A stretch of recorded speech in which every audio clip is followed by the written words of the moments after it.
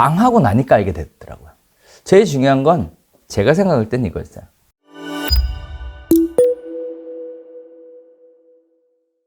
안녕하세요. 반갑습니다. 아직 시험은 보셨고 아직 합격자 발표는 안 나 있는 어정쩡한 상황이실 텐데, 사실 제가 올해 협회에서 실무교육하면서 느낀 게 하나 있어요. 분명히 작년, 재작년까지는 시험 보고 나서 실무교육을 수강 신청하는 사람이 많았어요. 합격자 발표 나기 전에. 그래서 합격자 발표가 안 났는데 실무교육을 받을 수 있냐? 받을 수 있었어요.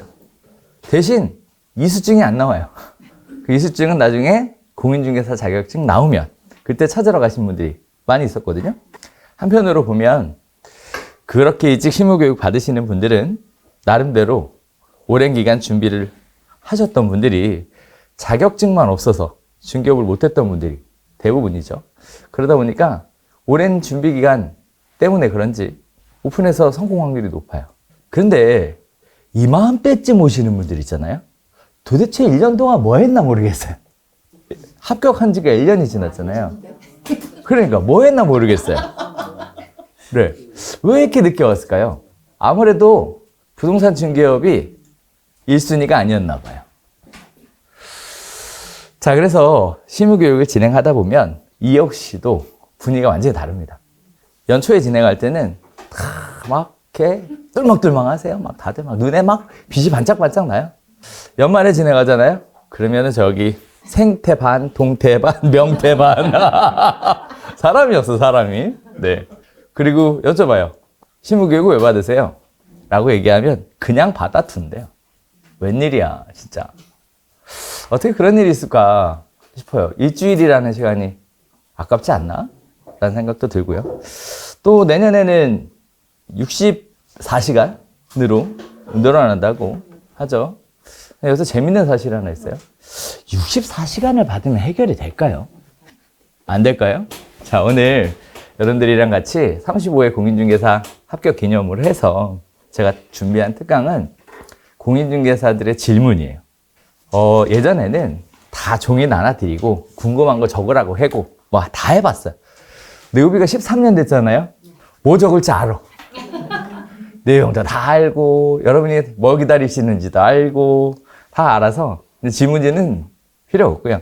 예전에 질문하셨던 내용들 기반으로, 그다음에 또 모임들을 하시면서 실제 창업 준비 과정에서 질문하셨던 것들, 이런 것들을 모아서 오늘 공인중개사의 질문으로 특강을 한번 진행해 보도록 하겠습니다. 자, 제일 먼저 드리고 싶은 첫 번째 질문입니다. 공인중개사 시험 이렇게 열심히 공부했는데, 그죠? 학교 다닐 때 이렇게 공부했으면 서울대 갔을 건데 말이지. 이렇게 공부를 열심히 했는데 부동산 중개업은 당연히 성공하겠죠? 이게 제 얘기입니다. 옛말에 이런 말이 있어요. 공인중개사 합격 점수와 중개실무에서의 매출액은 상관관계가 없다. 굳이 따지자면 반비례 관계다. 융통성이 있는 사람, 유두리가 있는 사람이 훨씬 더 중개를 잘한다 라는 얘기들을 하시더라고요. 고득점이었어요, 제가. 저 때는 아무도 저한테 중개업을 이렇게 해야 된다, 공부를 이렇게 해야 된다 알려주는 사람이 없었습니다.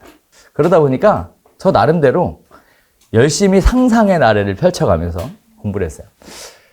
공인중개사 공부할 때 나는 고객들이 물어보면 이렇게 답변해야지, 이렇게 답변해야지, 이렇게 알려줘야지, 이렇게 설명해야지 하는 형태로 공부를 했어요. 그러니까 사실 별로 외울 게 없었고요. 물론 저 때는 쉬웠지만 외울 것도 없었고, 그리고 또 한편으로는 자신감도 있었어요. 이런 거 물어보면 이렇게 답변해 주면 되잖아 라는 생각을 하고, 그리고 창업 전선에 바로 뛰어듭니다. 합격자 발표가 나기도 전에 바로 뛰어듭니다. 왜? 합격한 거 이미 알고 있으니까. 밀려 쓸 리도 없고 답안지 마크 다 체크하고 밀려 쓴 것까지 다 체크했으니까 네, 뭐 더 이상 뭐 문제될 건 없었죠. 그래서 합격할 거 당연히 알고 있었기 때문에, 그래서 사무실을 계약을 했고, 그리고 나서 이제 오픈을 바로 해요. 그리고 나서 혹시 유튜브에 이 영상 올려놓은 거 있는데 제가 유튜브 영상 올려놓으면 항상 느끼는 거는 맨날 보셨던 분들만 맨날 봐. 맨날 봐. 그래서 대부분은 다 새로운 분들인데. 그래서 유튜브 영상을 잘 찾아보시면 이런 내용이 있어요. 제가 개인적으로 창업했던 곳은 잠실이었어요. 재건축하기 전에. 제가 23년 차예요. 그러니까 꽤 됐죠. 네. 23년 차니까 젊은 나이에 시작했겠죠. 그러다 보니까 나이에 따라서 중개업이 어떻게 달라지는지, 업력에 따라서 어떻게 달라지는지, 지역에 따라서 어떻게 달라지는지 기가 막히게 알아요. 직접 경험을 다 했으니까요. 잠실에 재건축하기 전에 오픈하고 나서 공부를 이렇게 열심히 했으니까 중개도 잘하지 않았을까요? 당연히 잘할 거라고 생각했어요. 손님들이 물어보면 막힘없이 딱딱딱 답변해 줄 수 있는데, 와, 왜 힘들겠어? 난 당연히 잘 될 거야. 나중에 망하고 나서 깨달았어요. 누구나 다 성공하는 건 아니구나. 시험 점수하고 아무 상관없구나.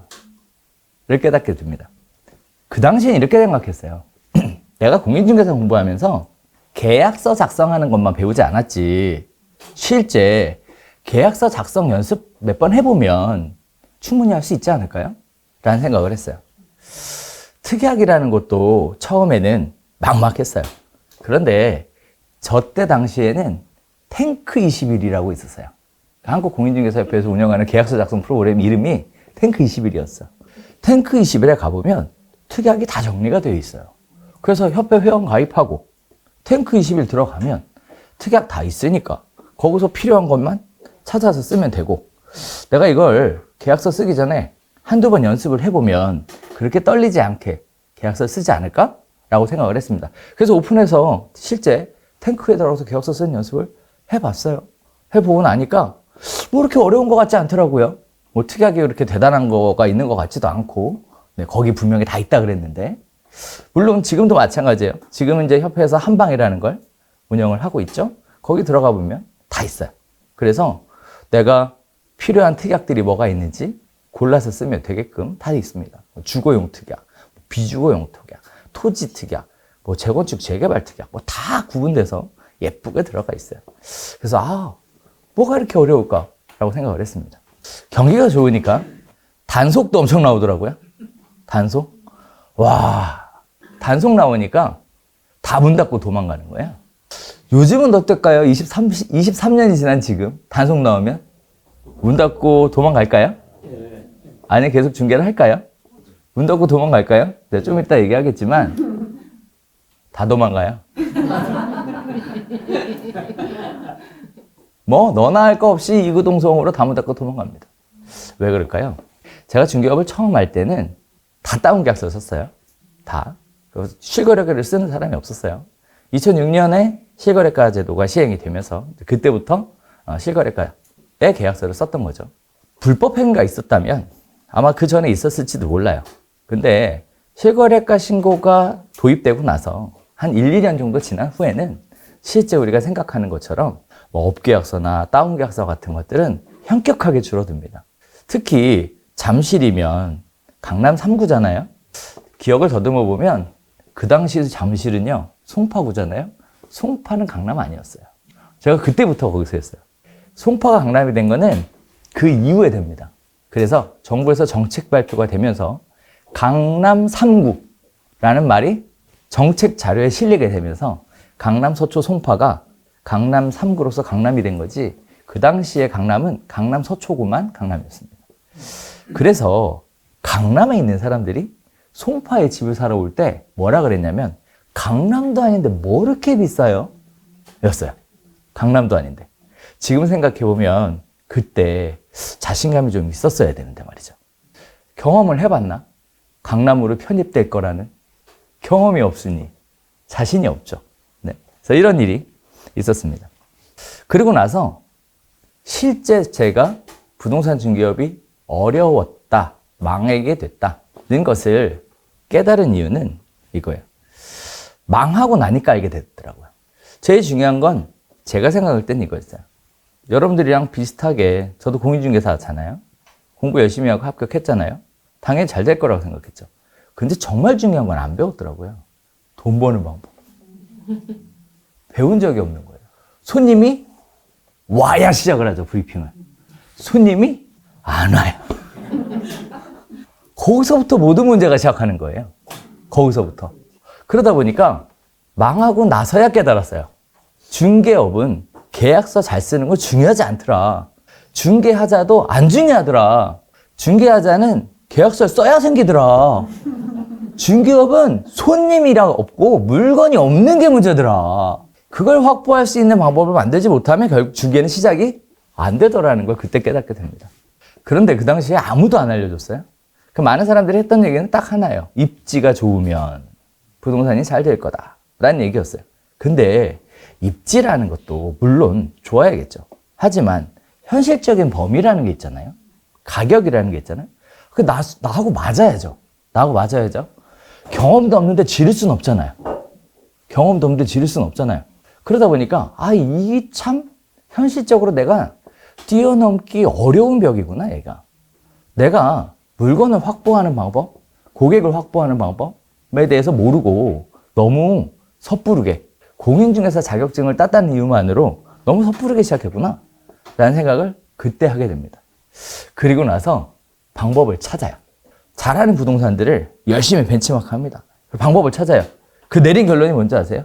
난 못한다는 거예요. 오랜 시간이 걸리는 대단한 노하우가 필요한 그런 일이었던 거예요. 그래서 나는 하기 어렵겠다 라는 생각을 합니다. 그리고 나서 접어요. 자, 답을 못 찾으면 포기해야죠. 포기해야죠. 그걸 답이 없는데 계속 끌고 가는 게 가장 미련한 거 아닐까요? 그죠? 네. 그래서 포기하게 됩니다. 자, 그러면서 또 깨닫죠.